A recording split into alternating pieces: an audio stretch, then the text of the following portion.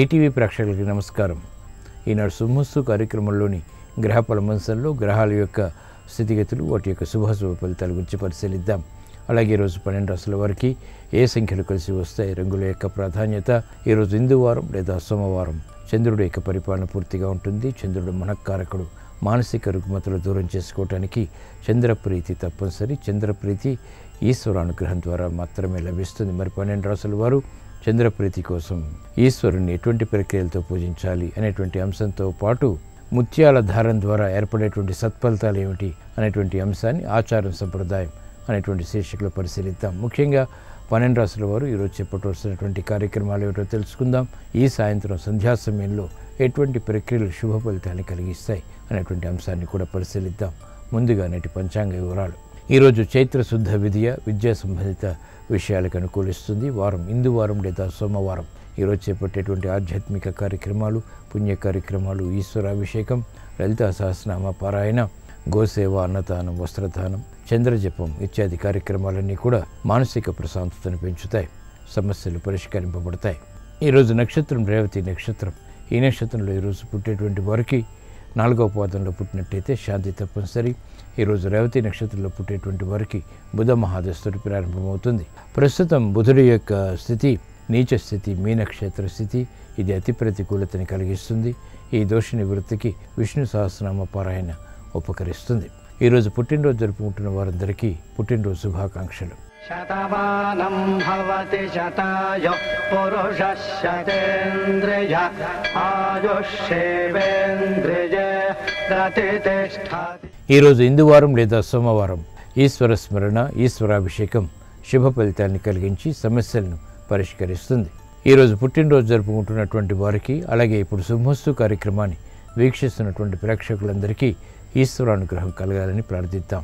గంగాతరంగ రమణీయ జటాకలాపం గౌరీ నిరంతర విభూషిత వామభాగం నారాయణ ప్రియమనంగ మదాపహారం వారాణసీపురపతిం భజ విశ్వనాథం. వాచామగోచరమనేక గుణస్వరూపం వాగీశ విష్ణు సురసేవిత పాదపీఠం వామేన విగ్రహవరేణ్య కళత్రవంతం వారాణసీపురపతిం భజ విశ్వనాథం. భూతాధిపం భుజగభూషణభూషితాంగం వ్యాఘ్రాజినాంబరధరం జటిలం త్రినేత్రం పాశాంకుశాభయవరప్రదశూలపాణిం వారాణసీపురపతిం భజ విశ్వనాథం. ముత్యాల ధారణ ద్వారా ఎటువంటి శుభ ఫలితాలు ఏర్పడతాయి అనేటువంటి అంశాన్ని ఆచారం సంప్రదాయం అనేటువంటి శీర్షికలో పరిశీలిద్దాం. సోమవారం చంద్రుడికి ప్రియమైనది. చంద్రుడి యొక్క పరిపాలన సోమవారం పూర్తిగా ఉంటుంది. చంద్రగ్రహ అనుకూలతకు ముత్యపు ధారణ ఉపకరిస్తుంది. స్వాతి చినుకులు ముత్యపు చిప్పలో పడితే అవి ముత్యాలవుతాయనేది నమ్మకం. ముత్యపు చిప్పలో నీటి బిందువులు పడగానే సీకర్ అనేటువంటి ద్రవ పదార్థం వెలుపటి చుట్టూ రక్షణ కవచంగా రూపుదిద్దుకుంటుంది. ఈ కవచాన్ని ముత్యమని, ఆణిముత్యమని కూడా వ్యవహరిస్తారు. ముత్యాల్లో 5 రకాలు ఉన్నాయి. అవి లహ, అమాల, వాన, ప్రాణ, ఆకృత.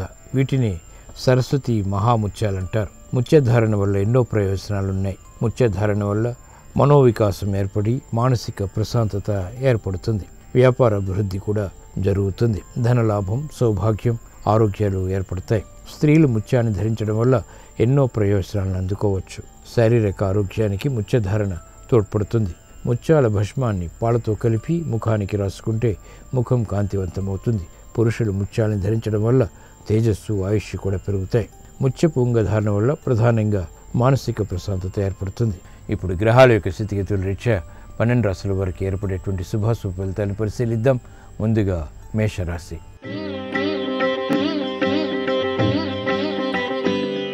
ఈరోజు మేషరాశి వారిని పరిశీలించినట్లయితే విదేశీ లావాదేవీలు కలిసి వస్తాయి. విదేశీ ప్రయాణాలు వంటివి ఉపకరిస్తాయి. వ్యయాన్ని నియంత్రించగలుగుతారు. గృహ సంబంధిత కార్యక్రమాల్లో ప్రోత్సాహం పెరుగుతుంది.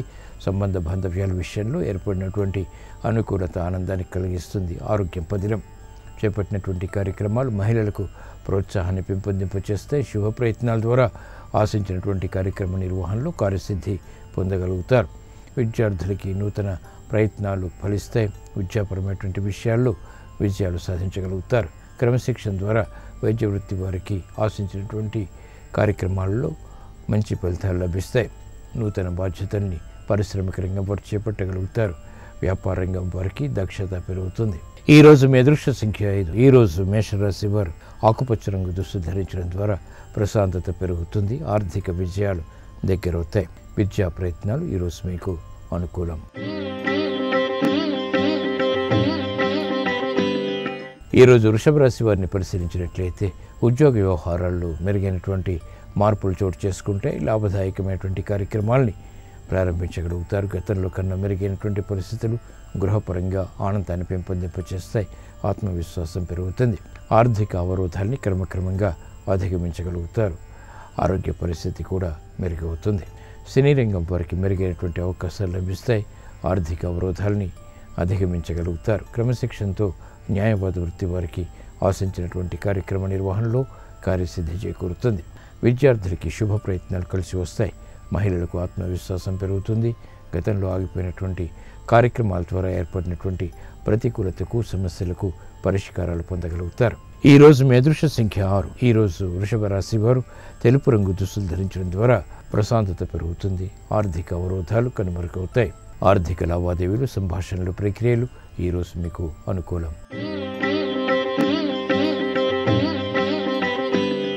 ఈరోజు మిథున రాశి వారిని పరిశీలించినట్లయితే ఆధ్యాత్మిక కార్యక్రమాల ద్వారా సంతృప్తికర సంఘటనలు ఏర్పడతాయి. నూతన కార్యక్రమాలని, బాధ్యతల్ని సక్రమంగా నిర్వహించగలుగుతారు.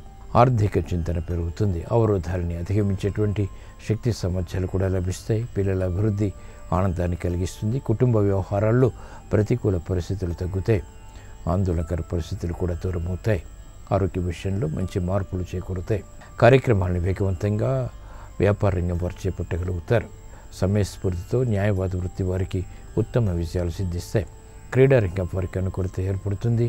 బాధ్యతలు స్థిరాస్తి రంగం వారికి పెరుగుతాయి. ఆర్థిక ఆదాయాన్ని పెంపొందింపచేసుకునేటువంటి కార్యక్రమ నిర్వహణ సత్ఫలితాన్ని కలిగిస్తుంది. ఈరోజు మీ అదృష్ట సంఖ్య 1. ఈరోజు మిథున రాశి వారు ఎరుపు రంగు దుస్తులు ధరించడం ద్వారా మానసిక ధైర్యం పెరుగుతుంది. కార్యసిద్ధి చేకూరుతుంది. దూర ప్రయాణాలు ఈరోజు మీకు అనుకూలం. ఆశించినటువంటి ప్రయోజనాల్ని కలిగిస్తాయి.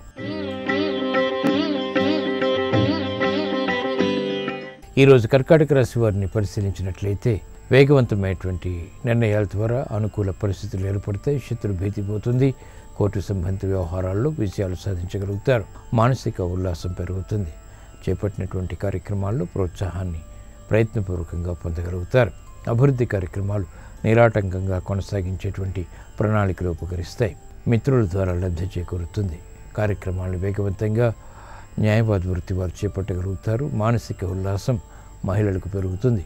వేగవంతమైనటువంటి కార్యక్రమాలు సినీ రంగం వారికి కూడా ఉపకరిస్తాయి. ఆదాయాన్ని పెంపొందింపచేసుకునేటువంటి మార్గాలు సులభతరమవుతాయి. కార్యక్రమ నిర్వహణలో విద్యార్థులకి మంచి అవకాశాలు లభిస్తాయి.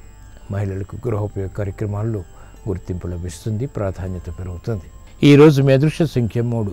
ఈరోజు కర్కాటక రాశి వారు పసుపు రంగు దుస్తులు ధరించడం ద్వారా శుభవార్తలు వింటారు. చేపట్టినటువంటి కార్యక్రమాల్లో విజయాలు సాధించగలుగుతారు. ఆర్థిక లావాదేవీలు, సంభాషణలు, ప్రక్రియలు ఈరోజు మీకు అనుకూలం.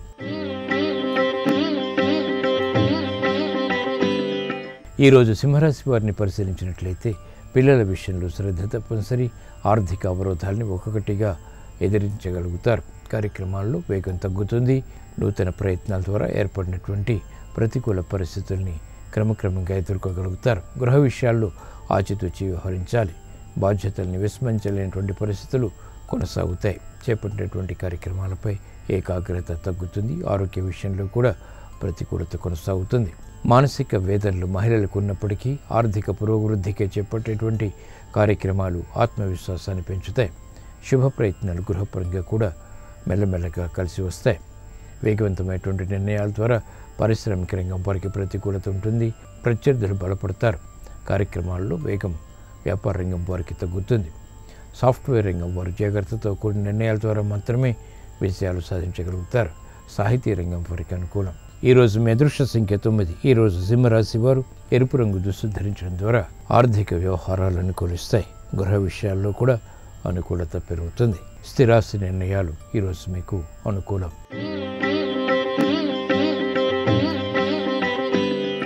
ఈరోజు కన్యారాశి వారిని పరిశీలించినట్లయితే ఆర్థిక ఆందోళనకర పరిస్థితులు తగ్గుతాయి. సంబంధ బాంధవ్యాలు మెరుగవుతాయి. విదేశీ సంబంధిత లావాదేవీలు కూడా కలిసి వస్తాయి. మెరుగైనటువంటి మార్పులు వృత్తిపరంగా చోటు చేసుకుంటాయి. ఆత్మవిశ్వాసం పెరుగుతుంది. క్రమశిక్షణతో కూడిన కార్యక్రమాల ద్వారా కార్యసిద్ధి చేకూరుతుంది. ఆరోగ్యం పదిలం. చేపట్టినటువంటి కార్యక్రమాలు న్యాయవాద వృత్తి వారికి కలిసి వస్తాయి. వ్యవసాయ రంగం వారికి ఆర్థిక వృద్ధి చేకూరుతుంది. ప్రణాళికలు వెంటనే అమలు చేయగలుగుతారు. గృహ విషయాల్లో మహిళలకు ఆధిక్యత పెరుగుతుంది. సాహసంతో కూడినటువంటి కార్యక్రమాలు క్రీడారంగం వారికి కలిసి వస్తాయి. భాగస్వాములతో మైత్రి వ్యాపార రంగం వారికి కొనసాగుతుంది. ఆర్థిక విజయాలకు దోహదపడుతుంది. ఈరోజు మీ అదృష్ట సంఖ్య 1. ఈరోజు కన్యారాశి వారు ఎరుపు రంగు దుస్తులు ధరించడం ద్వారా ఆర్థిక విషయాలు వేగవంతమవుతాయి. విదేశీ లావాదేవీలు, సంభాషణలు, ప్రక్రియలు ఈరోజు మీకు అనుకూలం. ఈరోజు తులారాశి వారిని పరిశీలించినట్లయితే ఆలోచన సంపత్తి పెరుగుతుంది. తెలివైనటువంటి నిర్ణయాలు తద్వారా విజయాలు సాధించగలుగుతారు. ధైర్యంతో కూడిన కార్యక్రమాలు బలాన్ని పెంపొందింపచేస్తాయి. మానసిక వేదనలు తగ్గుతాయి. కార్యక్రమాల్లో కార్యసిద్ధి చేకూరుతుంది. ఆరోగ్యం క్షేమం. నూతన ప్రణాళికలు స్థిరాస్త్రంగం వారు వెంటనే అమలు చేయగలుగుతారు. ధీశక్తితో కూడినటువంటి కార్యాచరణ విద్యార్థులకి ఉపకరిస్తుంది. వేగవంతమైనటువంటి నిర్ణయాలు మహిళలకు కూడా ఉపయోగపడతాయి. గృహ సంబంధిత కార్యక్రమాల్లో ప్రాధాన్యత పెరుగుతుంది. న్యాయవాద వృత్తి వారికి కోర్టు సంబంధిత వ్యవహారాల్లో విజయాలు సిద్ధిస్తాయి. ప్రత్యర్థులు బలహీనపడతారు. ఆశాజనకమైనటువంటి వాతావరణం ఆర్థికంగా సినీ రంగం వారికి కొనసాగుతుంది. ఈరోజు మీ అదృష్ట సంఖ్య 6. ఈరోజు తులారాశి వారు తెలుపు రంగు దుస్తులు ధరించడం ద్వారా ప్రశాంతత పెరుగుతుంది. అవరోధాలు కనుమరుగవుతాయి. వాహన కొనుగోలు వంటివి ఈరోజు మీకు అనుకూలం, లాభదాయకం.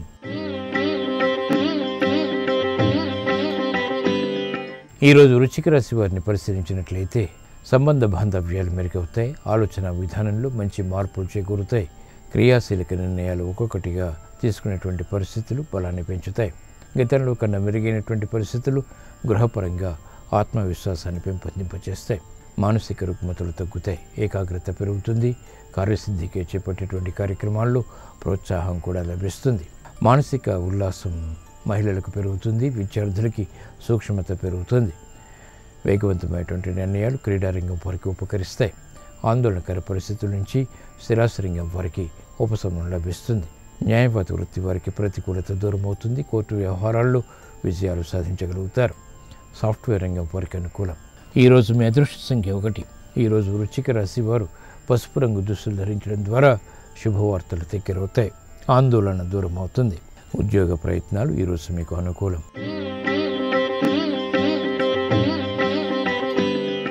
ఈరోజు ధనుసు రాశి వారిని పరిశీలించినట్లయితే ఆర్థిక ఆందోళనకర పరిస్థితులు ఉన్నప్పటికీ ఎదుర్కోగలుగుతారు. మానసిక వేదనలు పెరుగుతాయి. శారీరక రుగ్మతలు కూడా పెరుగుతాయి. ఆరోగ్య ఖర్చులు నియంత్రించలేకపోతారు. అభివృద్ధి కార్యక్రమాల్లో ఆటంకాన్ని కూడా చవిచూస్తారు. లాభదాయకమైనటువంటి కార్యక్రమాలపై చేపట్టేటువంటి ప్రయత్నాలు ఊరట కలిగిస్తాయి. నూతన బాధ్యతలు పారిశ్రామిక రంగం వారు చేపట్టగలుగుతారు. వ్యవహార ధోరణిలో ఏర్పడినటువంటి ప్రతికూలత వ్యాపార రంగం వారికి తగ్గుతుంది. విద్యార్థులకి సామాన్య పరిస్థితులు కొనసాగుతాయి. మహిళలు ఆరోగ్య విషయంలో ప్రతికూలత ఉన్నప్పటికీ ఆనందకర పరిస్థితుల్ని గృహరీత్యా ఆస్వాదించగలుగుతారు. క్రమశిక్షణతో మాత్రమే న్యాయవాద వృత్తి వారికి విజయాలు సిద్ధిస్తాయి. మానసిక ఆందోళనకర పరిస్థితులు స్థిరాస్త్రంగం వారికి కొనసాగుతాయి. ఈరోజు మీ అదృష్ట సంఖ్య 9. ఈరోజు ధనుసు రాశి వారు ఎరుపు రంగు దుస్తులు ధరించడం ద్వారా ఆర్థిక విజయాలు వేగవంతమవుతాయి. ప్రశాంతత పెరుగుతుంది. ప్రతికూల పరిస్థితులు అనుకూలంగా మరల్చుకోగలుగుతారు. గృహ కార్యక్రమాలు ఈరోజు మీకు అనుకూలం.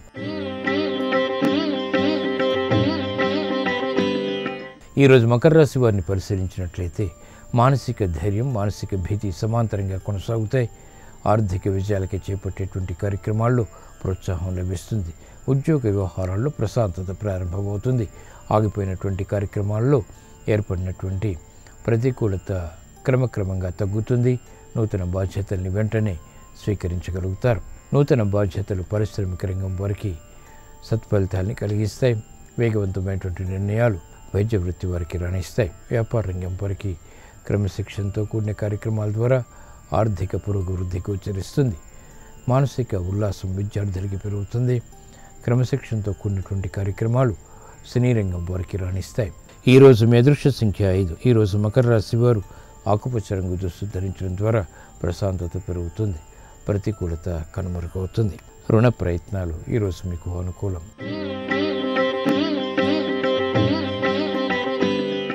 ఈరోజు కుంభరాశి వారిని పరిశీలించినట్లయితే ఆర్థిక విషయాలు అనుకూలిస్తాయి. సంబంధ బాంధవ్యాలు మెరుగవుతాయి. వ్యయాన్ని నియంత్రించగలుగుతారు. ఆశాజనకమైనటువంటి వాతావరణం గృహపరంగా బలాన్ని పెంచుతుంది. శత్రువులు మిత్రులుగా మారుతారు. చేపట్టినటువంటి కార్యక్రమాలపై ఆత్మవిశ్వాసం పెరుగుతుంది. అదృశ్య సంఘటన గృహరీత్యా ఆహ్వానించగలుగుతారు. శుభవార్తలు వింటారు. అభివృద్ధి కార్యక్రమాలు ఆర్థికంగా పారిశ్రామిక రంగం వరకు కలిసి వస్తాయి. మానసిక వేదనలు స్థిరాస్తి రంగం వరకు తగ్గుతాయి. మహిళలకు ప్రాధాన్యత పెరుగుతుంది.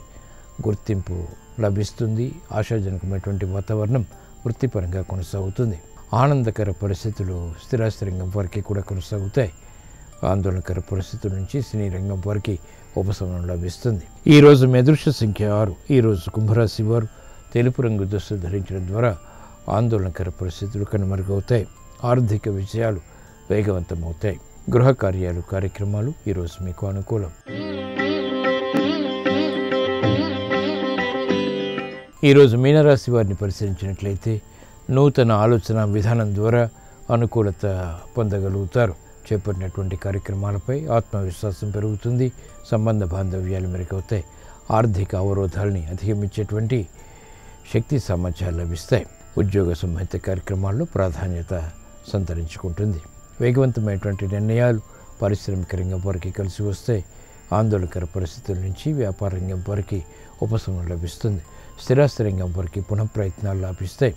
విద్యార్థులకి విద్యాపరమైనటువంటి విషయాల్లో ఆందోళన తగ్గుతుంది. మహిళలకు ప్రోత్సాహం లభిస్తుంది. ఆరోగ్య విషయంలో మాత్రం జాగ్రత్తలు పాటించాలి. కళారంగం వారికి అనుకూలం. సాహిత్య రంగం వారికి కూడా. ఈరోజు మీ అదృష్ట సంఖ్య 2. ఈరోజు మీనరాశి వారు ఎరుపు రంగు దుస్తులు ధరించడం ద్వారా ధైర్యంతో కూడినటువంటి కార్యక్రమాల్లో విజయాలు పొందగలుగుతారు. కోర్టు సంబంధిత వ్యవహారాలు, ప్రక్రియలు, సంభాషణలు ఈరోజు మీకు అనుకూలం. ఈరోజు ఇందువారం లేదా సోమవారం ఈ సాయంత్రం సంధ్యా సమయంలో లలితా సహస్రనామ పారాయణ శుభ ఫలితాన్ని కలిగిస్తుంది. మానసిక శారీరక రుగ్మతలు దూరమవుతాయి. ఆర్థిక ఆందోళనకర పరిస్థితులు కనుమరుగవుతాయి. గృహ విషయాల్లో ప్రాధాన్యత పెరుగుతుంది. ఆర్థిక వ్యవహారాలు కూడా లాభిస్తాయి.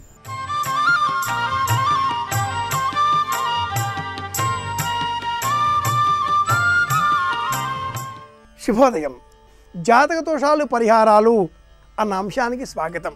జాతక దోషాలు అన్న ప్రశ్న వేసుకున్నప్పుడు జాతక లాభాలు కూడా ఉంటాయిగా. జాతక చక్రంలో మేలు కలిగించేటటువంటి నక్షత్రాలు, మేలు కలిగించేటటువంటి దశలు, మేలు కలిగించేటటువంటి రాశులు, మేలు కలిగించేటటువంటి అంశాలు, వాటిని పరిగణనలోనికి తీసుకొని ఉన్న స్థితి నుంచి ఉన్నత స్థితి వైపు మనం ప్రయాణం చేయాలి. అలాంటి సందర్భాలలో ఎక్కడైనా ఒకచోట వ్యతిరేక ఫలితాంశం కనిపించినప్పుడు దానికి తగినటువంటి దండగా అన్న పదం చెప్పినా, పరిహారం అన్న పదం వాడుకున్నా, ఆ కొద్దిపాటి పరిష్కార మార్గాన్ని అనుసరిస్తే మన జీవితం మరింత సుగమవంతమవుతుంది. ఆనందంగా, క్షేమదాయకంగా కొనసాగించుకోవచ్చు. ఇలాంటి సందర్భాలలో జాతక చక్రం వేసుకునే వీలు లేనప్పుడు ప్రశ్నా జాతకం కానీ, సాముద్రిక జాతకం కానీ, అంగశాస్త్రం కానీ, శకున శాస్త్రం కానీ అనే 4 శాస్త్రాలు మనకు ఉపయోగపడతాయి. ఇందులో అంగ సాముద్రికం ఒకటి. హస్త సాముద్రికం అరచేతుల్లో చూస్తూ ఉంటాం.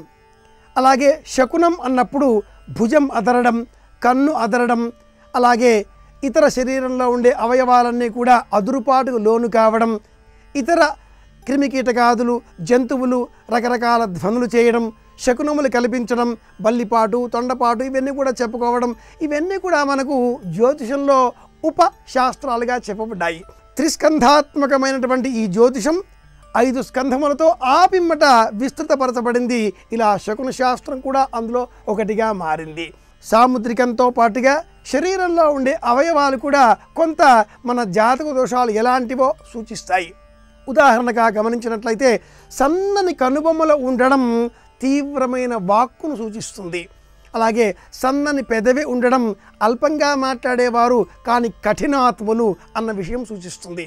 అలాగే స్ఫురద్రూపమైనటువంటి నాసిక ఉండడం, చాలా తీవ్రమైన స్వభావం కలవాడు, కోపిష్టి.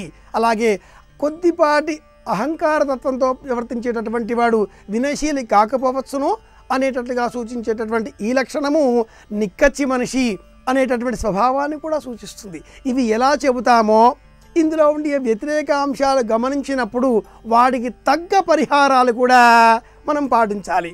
వీటిలో కన్నులు అన్నప్పుడు చంద్రుడు కారకుడవుతాడు, నాసిక అన్నప్పుడు కుజుడు కారకుడవుతాడు.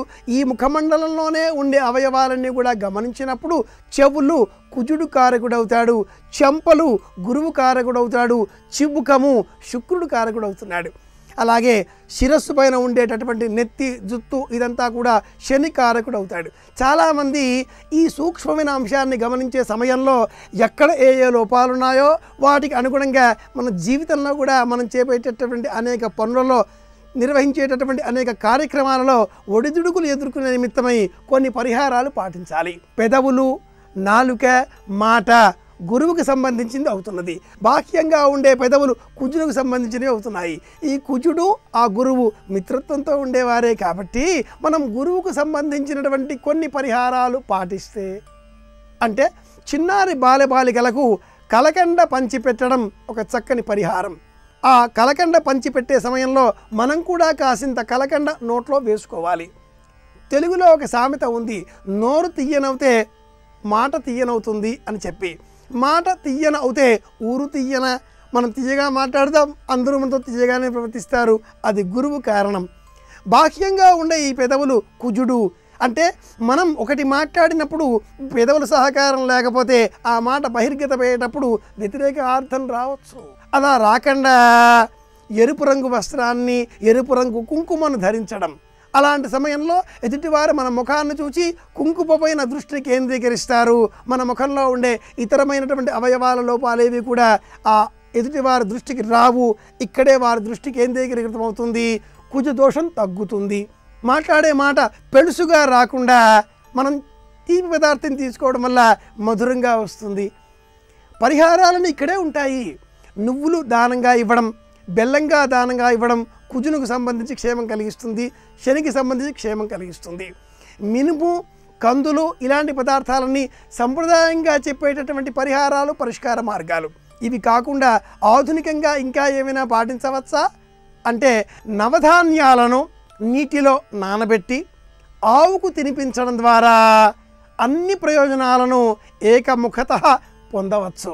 పరిష్కార మార్గాలన్నీ కూడా మళ్ళీ మూడింటికే సంబంధించినవి ఉంటాయి. ఆ మూడేమిటి అంటే, దానం చెయ్యడం, సాయం చెయ్యడం, ప్రార్థన చెయ్యడం, భగవంతుని సేవించుకోవడం అన్నమాట. ఇలా మూడింటికే మళ్ళీ నియంత్రింపబడి ఉంటాయి. ఏం చేసినా దానంగా ఇవ్వడం. ఈ దానంగా ఇచ్చేది ఎదుటివారికి ప్రయోజనం కలిగించేదిగా కూడా ఉండాలి. మనకు మన జాతకంలో ఏ లోపం ఉందో ఆ లోపాన్ని పూర్తి చేసుకునే విధంగా కూడా ఉండాలి. ఇది ఉండే విషయం. కనుక ఈ బుగ్గలు కానీ, ఈ కన్నులు కానీ, ఈ చెవులు కానీ ఇవన్నీ కూడా మనం గమనించినప్పుడు అన్నింటిలో కూడా ఒక జీవ కళ్ళ తొణికిసలాడుతుంది. ఏదైనా మనం మాట్లాడాలి అంటే ఆ మాట్లాడే సమయంలో ఈ ముఖమండపంలో ఉండేటటువంటి 42 భాగాలు తోడ్పాటును అందిస్తాయి. ఈ 42 భాగాలు కూడా ఈ 9 గ్రహాల ఆధిపత్యంలో ఉన్నాయి. అలాంటప్పుడు మనం అన్నీ చేతిలో ఉన్నాయి అనుకున్నాం. ఒకసారి చిటికిన వేలు బుధుడు, ఉంగరం వేలు రవి, మధ్య వేలు శని, చూపుడు వేలు గురువు, బొటన వేలు శుక్రుడు, ఈ మధ్య భాగం కేతువు, ఈ మధ్య భాగం రాహువు, ఇక్కడ చంద్రుడు, మధ్యలో కుజుడు, అన్నీ ఇందులోనే అని ఎలా అనుకున్నామో ఈ నవగ్రహాలన్నీ కూడా ముఖంలో, నవగ్రహాలన్నీ కూడా ఈ భుజాల నుంచి ఉదరం వరకు, ఆ నవగ్రహాలన్నీ కూడా ఉదరం నుంచి అరికాలి వరకు ఇలా భాగాలుగా చేసుకుంటే దశలో అంతర్దశలు ఎలా ఉంటాయో, అంతర్దశలలో విదశలు ఎలా ఉంటాయో అలాగే దేహమంతా కూడా నవగ్రహాల కదలికలను మనం గమనించవచ్చు. మేషం శిరస్సు, వృషభం కంఠం, అలాగే ఈ విభజన చేసుకున్నప్పుడు సింహం నడుము, అలాగే మీనం పాదాలు. రాసులను ఎలా చెప్పుకుంటామో, గ్రహాలు ఎలా గుర్తిస్తామో, దశలలో విదశలలో ఉండే భాగాలు ఎలా గుర్తిస్తామో అలాగే శరీరంలో ఉండేటటువంటి ప్రతి ప్రధాన అవయవంలో కూడా 9 గ్రహాల కదలికలను మనం గమనించవచ్చు. అలా గమనించినప్పుడు కన్నులకు సంబంధించి నేత్ర వ్యాధులు ఏవైనా వచ్చాయి అనుకుంటే అందుకు కారకుడైనటువంటి రవికి సంబంధించినటువంటి పరిహారాన్ని పాటించాలి. చంద్రుడు అని అనుకున్నాం. ఈ చంద్రుడు మనఃకారకుడు, కన్నులకు కూడా కారకుడు అవుతున్నాడు. చర్మచక్షుస్సులుగా ఉండేటటువంటి బహిర్గతమైన జ్ఞానేంద్రియాలకు కుజుడు, అలాగే ఆ రెటీనా తదితర భాగాలకు చంద్రుడైతే చూచేటటువంటి శక్తి అంతర్గతమైనటువంటిది అది సూర్యునికి సంబంధించింది అవుతుంది. అలాంటప్పుడు ఏవైనా వ్యాధులు అక్కడి నుంచి వస్తూ ఉంటాయి. అందుకే సంప్రదాయం జాతక దోషాలు పరిహారాలు అన్నప్పుడు అన్నింటికీ కూడా సామూహికంగా చంద్రుడు బియ్యం దానంగా ఇవ్వండి, అలాగే అన్నదానం చేయండి, అన్నం స్వీకరించడం తగ్గించండి అంటూ చంద్రుని పరిహారాలుగా చెబుతుంది. వెండిని లోహాన్ని దానంగా ఇవ్వడం, ఏదైనా బడి లేక దేవాలయం అటువంటి క్షేత్రాలలో సామూహిక దుస్తులను లేక ఏకరూప దుస్తులను అందించడం, అర్చకుడికి తెలుపు రంగులో ఉండే వస్త్రాలు దానంగా ఇవ్వడం, ఇలాగా చంద్రుని సంబంధించిన పరిహారాలు అని చెప్పుకోవాలి. సూర్యునికి సంబంధించినవి అని చెప్పినప్పుడు ఆయా ధాన్యాలతో పాటుగా ప్రత్యేకించి ఇంకా ఏమైనా చేయాలా, మొక్కలను పెంచడం, ప్రకృతికి సహజంగా ప్రకృతి వనరులకు దగ్గరలో జీవించడం ద్వారా. ఎందుకని అంటే రవి అడవిలో జీవించేటటువంటి వాడు, ఆయన అడవులలో ఉండేటటువంటి నైసర్గిక పాపి అన్న స్వరూపాన్ని గుర్తుపెట్టుకొని మనం చెట్లను పెంచాలి అని చెప్పడం. జాతకాలు పరిహారాలు దోషాలు పరిష్కారాలు ఇవన్నీ కూడా ఏదో ఎక్కడో ఏదో చేస్తే వచ్చేవి, భయపెట్టేవి ఎంత మాత్రమూ కావండి. మన జీవన విధానంలో మనతో పాటు ఉండే చిన్న చిన్న అంశాలని పరిగణనలోనికి తీసుకొని గురువు అనుగ్రహం కావాలి అంటే చిన్నారి బాలబాలికలకు కలకండ పంచి పెడితే గురువు అనుగ్రహం ఇంత సులభంగా ఉంది కదా. కనుక నవగ్రహానుగ్రహం కోరి మనం మంచి ఆలోచనల్ని పెంపొందింపు చేసుకుందాం. జాతకంలో ఉండే దోషాలను చిన్న చిన్న పరిహారాలు పరిష్కారాలు పాటించడం ద్వారా కూడా సరిచేయవచ్చు అన్న జ్ఞానాన్ని పెంపొందింపు చేసుకుందాం. అందరితో ఆనందాన్ని పంచుకుందాం. అందరి ఆనందాన్ని పెంపొందింపు చేసేలాగా ప్రవర్తిద్దాం. శుభమస్తు.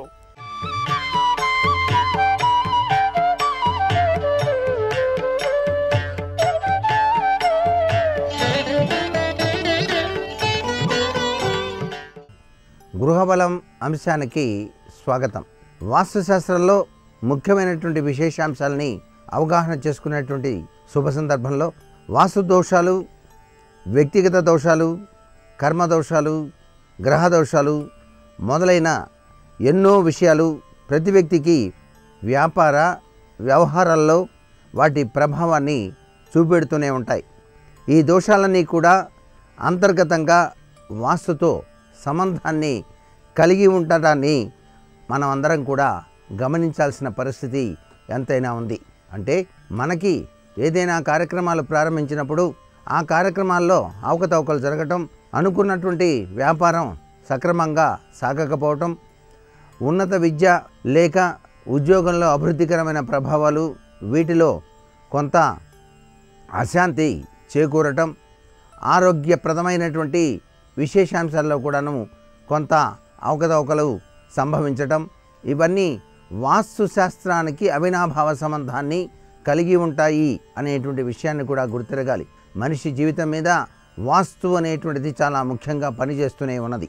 ఈ వాస్తు యొక్క ప్రభావరీత్యా అసలు సిసలైనటువంటి ముఖ్యమైనటువంటి విశేషాంశాలని కనుక మనం గ్రహించి దాన్ని కనుక ఆచరణలో పెట్టి చక్కగా కనుక మన గృహాన్ని కనుక తీర్చిదిద్దుకున్నట్లయితే మన జీవితం సుసంపన్నమై ఆనందంగా జీవితాన్ని గడపడానికి ఆస్కారం ఎంతగానో ఉంటుంది అనేటువంటి విషయాన్ని ఇక్కడ మనం తప్పనిసరిగా అర్థం చేసుకోవాలి.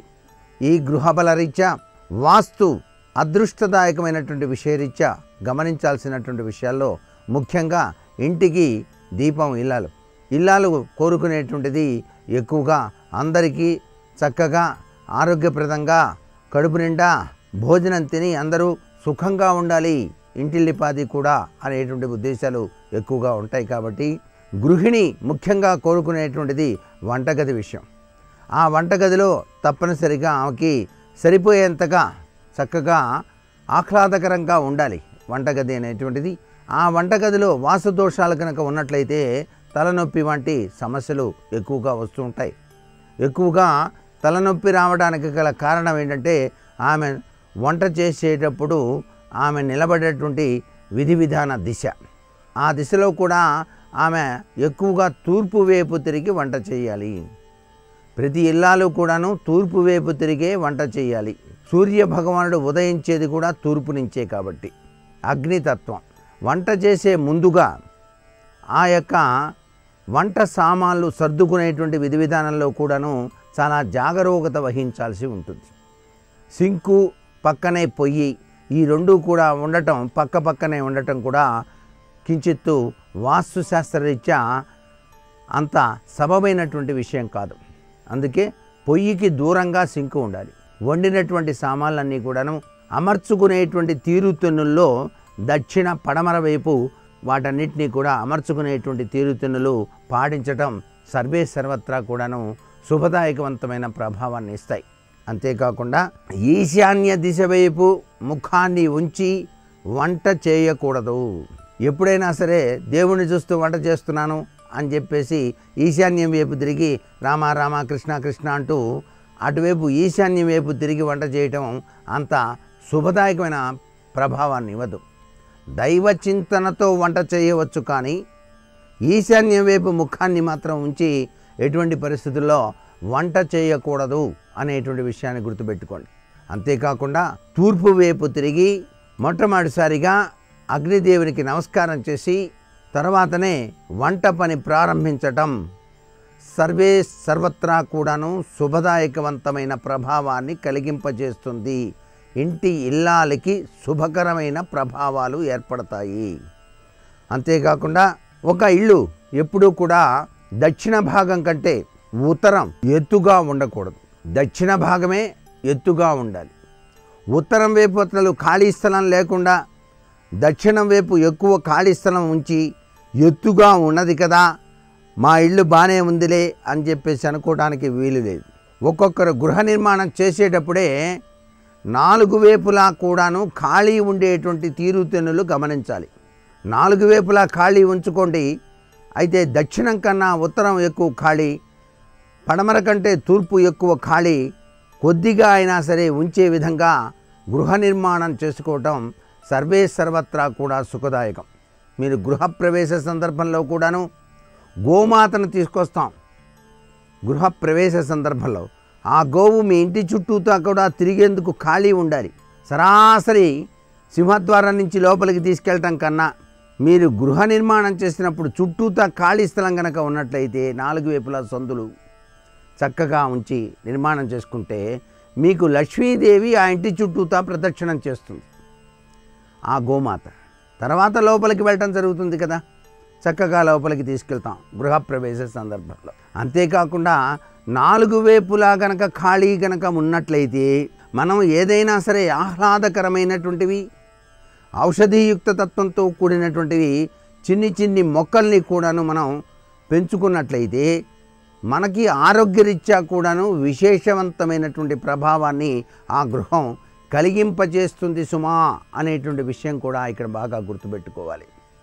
సహజసిద్ధంగా ఒక గృహ నిర్మాణం చేసినప్పుడు ఇంటిలో ఖాళీ స్థలం ఎక్కువగా ఉన్నట్లయితే చాలా గొప్ప విషయమే అనే విషయాన్ని ప్రతి ఒక్కరూ ఆలోచన చేయాలి. ఖాళీ ఎక్కువగా ఉన్నట్లయితే నష్టపోతాం, అయ్యో ఆ ఖాళీ కూడా చక్కగా కట్టుకుంటే సరిపోయేది కదా అనుకుంటే మనకి గాలి, వెలుతురు, మొక్కల పెంపకం ఇత్యాది విషయాల్లో మనం ఆ అదృష్టాన్ని కోల్పోవడం జరుగుతుంది. అందుచేత ఒక గృహ నిర్మాణంలో ఇది చాలా విశేషకరమైన ప్రభావంగా ప్రతి ఒక్కరూ గుర్తిరగడం మంచిది. అలాగే పూజా స్థలం అనేటువంటిది ప్రతి ఇంట్లో కూడా చాలా అవసరం. భగవంతుడు ప్రసాదించిన అదృష్టం గృహం అనేటువంటిది. ఆ అదృష్టాన్ని ప్రసాదించిన భగవంతుడికి ప్రత్యేకంగా ఒక పూజా గది నిర్మాణం చేస్తే చాలా అదృష్టం పడుతుంది. పూజా స్థలాన్ని స్వచ్ఛంగాను శుభ్రంగాను ఉంచాలి. ఈశాన్య కోణంలో మాత్రం ఎప్పుడూ బరువులు అనేటువంటివి పెట్టకండి. ఈశాన్యంలో బరువు అనేటువంటిది చాలా అనర్థదాయకం. అంత కాకపోతే ఈశాన్యంలో ఒక చెంబులో నీళ్లు పోసి దాంట్లో పువ్వు వేసి ఉంచండి. అది చాలా విశిష్టవంతమైనటువంటి అభివృద్ధికి నాంది పలుకుతుంది అని చెప్పేసి మనకు శాస్త్రం. అదృష్ట లక్ష్మి వచ్చి మీ తలుపుల్ని తట్టి లోపలికి రావడానికి ఈశాన్య మూల ఒక రాగి చెంబులో నీళ్లు పోసి ఆ నీటిలో ఎరుపు రంగు గులాబీ పుష్పాన్ని కానీ లేక మందార పుష్పాన్ని కానీ వేసి ఉంచటం అనేటువంటి అలవాటు చేసుకున్నట్లయితే తప్పనిసరిగా లక్ష్మీదేవి యొక్క అనుగ్రహం మీ గృహంలో ఎల్లవేళలా ఉంటుంది అని చెప్పేసి చెప్పడంలో ఏమాత్రం సందేహం లేదు. ఈ యొక్క అదృష్టకరమైన ప్రభావతత్వరీత్యా మనం ఏ విధమైనటువంటి వాస్తు నియమాలు పాటించాలో మరికొన్ని ముఖ్యమైనటువంటి విశేషాంశాలు రేపటి శుభమస్తు కార్యక్రమంలోని గృహబల అంశంలో తెలుసుకుందామా? మరి సర్వే జనా సుఖినో భవంతు. రేపు చైత్రశుద్ధ తదియ తిథి ఉంది, అశ్విని నక్షత్రం ఉంది. రేపటి నక్షత్ర బలాన్ని పరిశీలిస్తే మత్స్యావతారంలో ఉన్న శ్రీ మహావిష్ణువుని పూజించడం ద్వారా లేదా విష్ణువు ఆలయంలో ఓం నమో నారాయణాయ అనే మంత్రాన్ని జపిస్తూ ప్రదక్షిణలు చేయటం ద్వారా ఉద్యోగ వ్యాపార రంగాల్లో అనుకూల ఫలితాలు పొందటానికి రేపు అనుకూలమైన రోజుగా చెప్పవచ్చు. అలాగే రేపటి నక్షత్ర బలాన్ని పరిశీలిస్తే ఆందోళికా వ్రతం సందర్భంగా గౌరీ శంకర్లను పూజించటం ద్వారా ముత్తైదువులకు తాంబూల దానం ఇవ్వటం ద్వారా విశేషమైన శుభ ఫలితాలను పొందటానికి కూడా రేపు అనుకూలమైన రోజుగా చెప్పవచ్చు. అలాగే రేపు అమ్మవారిని ఆరాధన చేయటం ద్వారా అమ్మవారి ఆలయ ప్రాంగణంలో దీపాన్ని వెలిగించటం ద్వారా సంవత్సరం మొత్తం విశేషమైన శుభ ఫలితాలను పొందటానికి కూడా రేపటి నక్షత్ర బలం సహకరిస్తుంది.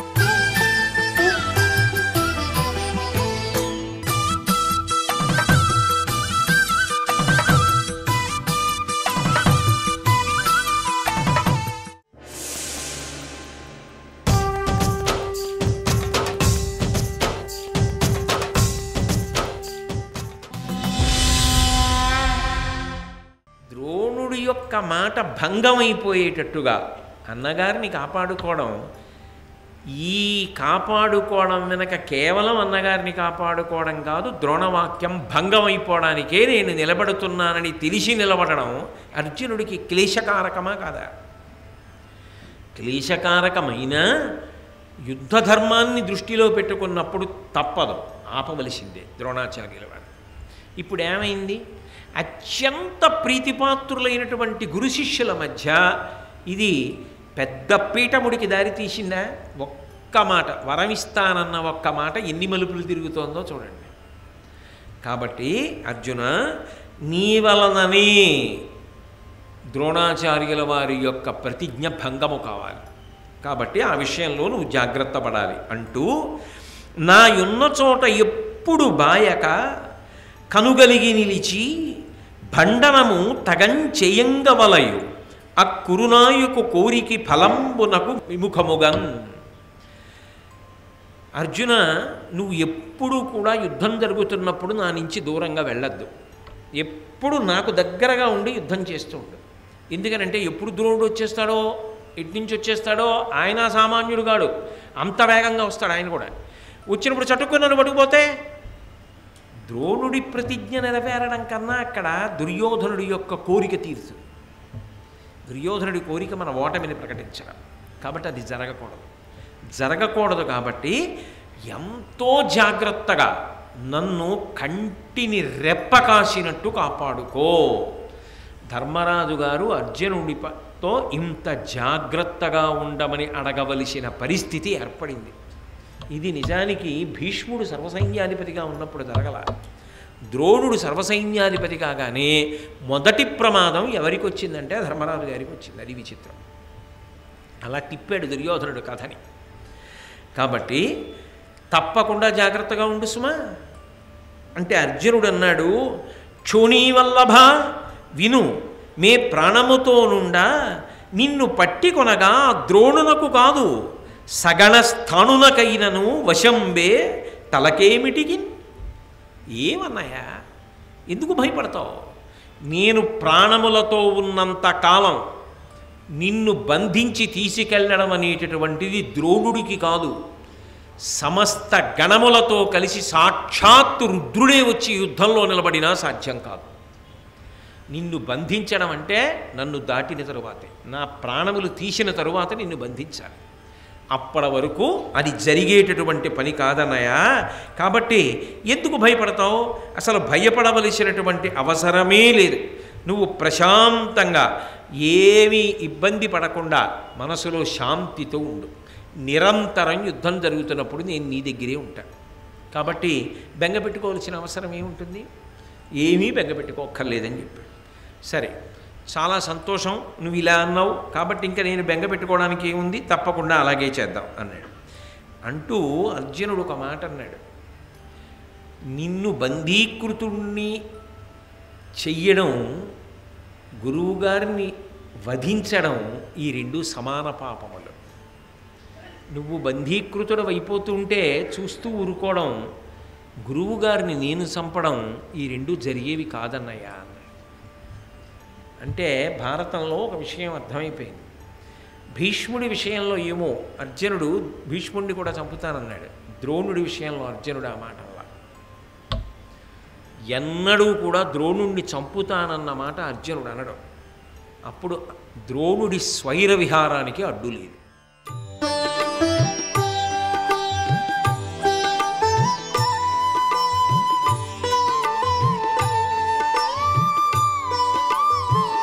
సర్వం శ్రీ ఉమామహేశ్వర పరబ్రహ్మార్పణమస్తు.